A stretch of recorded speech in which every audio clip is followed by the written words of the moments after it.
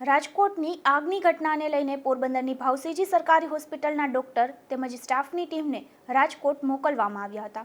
આ ટીમનું હોસ્પિટલના સિવિલ સર્જન દ્વારા પ્રમાણપત્ર આપી સન્માન કરવામાં આવ્યું હતું।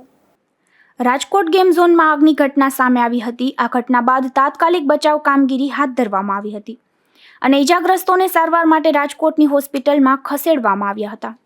પોરબંદરની સરકારી ભાવસીજી હોસ્પિટલના civil surgeon doctor Tiwari, RMO doctor Nilesh Makwana અને એએચએના માર્ગદર્શન હેઠળ રાજ્ય સરકારના આદેશ અનુસાર પોરબંદરની ભાવસીજી હોસ્પિટલના નર્સિંગ સ્ટાફ અને ડોક્ટરોની ટીમ તાત્કાલિક રાજકોટ ખાતે મોકલવામાં આવી હતી। રાજકોટમાં જે અગ્નિકાંડ બન્યો છે એના માટે જે 12 ટીમો બોલાવવામાં આવે છે, આપણી હોસ્પિટલ શું પરિસ્થિતિ ટીમ મોકલી છે કેટલી મોકલી છે? આપણે જ્યારે રાજકોટમાં જે હોનરાત બનેલી છે ગેમ ઝોનમાં, એ ઘણી મોટી ઘટના હતી। તો રાજ્ય સરકાર તરફથી આ બાબતમાં અમારી તરફથી સ્ટાફની અને સર્જનની માંગણી કરવામાં આવેલી। તો એ અનુસંધાન મેં અમે તાત્કાલિક 30 મિનિટમાં 2 સર્જન અને 6 પેરામેડિકલ સ્ટાફ એમ્બ્યુલન્સને ડ્રાઈવર સાથે રવાના કરી હતી રાજકોટ ખાતે।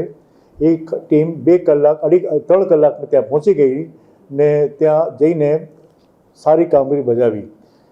એ ટીમ જ્યારે પરત ફરી તો અમે આની સારી કામગીરીના અનુસંધાનમાં અમે પ્રશસ્તિ પત્ર આપ્યા ને એની કામગીરી અમારા હોસ્પિટલ તરફથી બિરદાવી।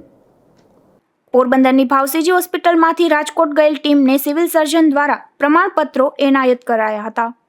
અશોક થાનકી, ગુજરાત ન્યૂઝ, પોરબંદર।